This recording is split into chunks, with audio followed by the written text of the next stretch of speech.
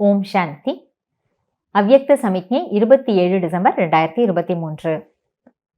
माया के सर्व बंधनों से मुक्त रहना है तो सदा बाप दादा के दिल तख्त पर रहो। इस तख्त पर रहने से माया कुछ नहीं कर सकती। பாபா இன்றைக்கு மாயையினுடனான அனைத்து பந்தனங்களில் இருந்தும் விடுபட்டவர் ஆக வேண்டும் என்றால் நீங்கள் சதா பாப்தாதாவின் இதய சிம்மாசனதாரி ஆகிவிடுங்கள். இந்த சிம்மாசனத்தில், அதாவது பாப்தாதாவின் இதயம் என்ற சிம்மாசனத்தில் இருப்பதன் மூலம் மாயையினால் எதுவுமே செய்ய முடியாது. நாம எப்போ பாப்தாதாவினுடைய இதய சிம்மாசனத்தில் நான் ஆத்மா இருக்கின்றேன் அப்படின்ற ஸ்திதியில இருப்போமோ அப்ப மாயையினால நம்மை ஒன்றுமே செய்ய முடியாது. ऐसी दिल तख्त नशीन आत्माएं शरीर के बंधन से भी सहज ही मुक्त हो सकती हैं। இத்தகைய இதய சிம்மாசனதாரி ஆத்மாக்கள் சரீரத்தின் பந்தனத்தில் இருந்தும் சுலபமாகவே விடுபட்டு விட முடியும். சரீரத்தினுடைய பந்தனத்திலிருந்தும் சுலபமாகவே என்ன பண்ணிட முடியும்? விடுபட்டுட முடியும். ஃபைனல் பேப்பர் ஹே அந்த் மத்தி சோ கத்தி.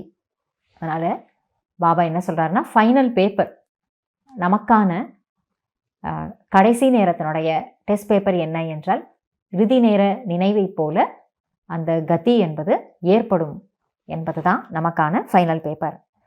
अंत में सहज रीति शरीर के बांध से मुक्त हो जाए, ये है पास्वतानर की निशानी. இறுதி நேரத்தில் சுலபமாகவே சரீர உணர்விலிருந்து விடுபட்டவராக ஆக வேண்டும். இதுதான் மதிப்போடு தேர்ச்சி அடைபவரின் அடையாளமாகும். लेकिन ये तब हो सकेगा जब शरीर रूपी चोला टाइट न हो. ஆனால் எப்போது இது ஏற்படும் என்றால் சரீரம் என்ற ஆடை டைட்டாக இல்லாத பொழுதுதான், இறுக்கமாக இல்லாத பொழுதுதான். அதாவது சரீரத்தின் உணர்வு இறுக்கமாக நம்மை பிடித்து இழுக்காத போதுதான் அந்த சரீர உணர்விலிருந்து சுலபமாக விடுபடக்கூடிய நிலையை இறுதி நேரத்தில் ஆத்மாவாகிய நாம் அனுபவம் பண்ண முடியும்.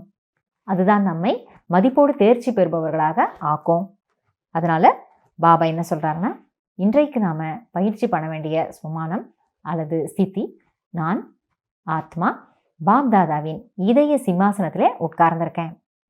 அப்ப இதய சிம்மாசனம் என்பது கடவுளுடைய இதய சிம்மாசனம், தந்தையின் இதய சிம்மாசனம் என்பது எவ்வளவு விலை மதிப்பில்லாத ஒரு விஷயம். யாருக்குமே இந்த உலகத்துல கிடைக்க முடியாத விஷயம். அதனுடைய சுகத்தை, அதனுடைய பிராப்தியை நாம எண்ணி பார்த்து, அதனுடைய பாக்கியத்தை நினைத்து பார்த்து நாம சந்தோஷப்படுவோம். அப்ப கண்டிப்பா மாயையினுடைய அலைகள் கூட நம்மை தாக்க முடியாது என்று பாபா சொல்றாரு.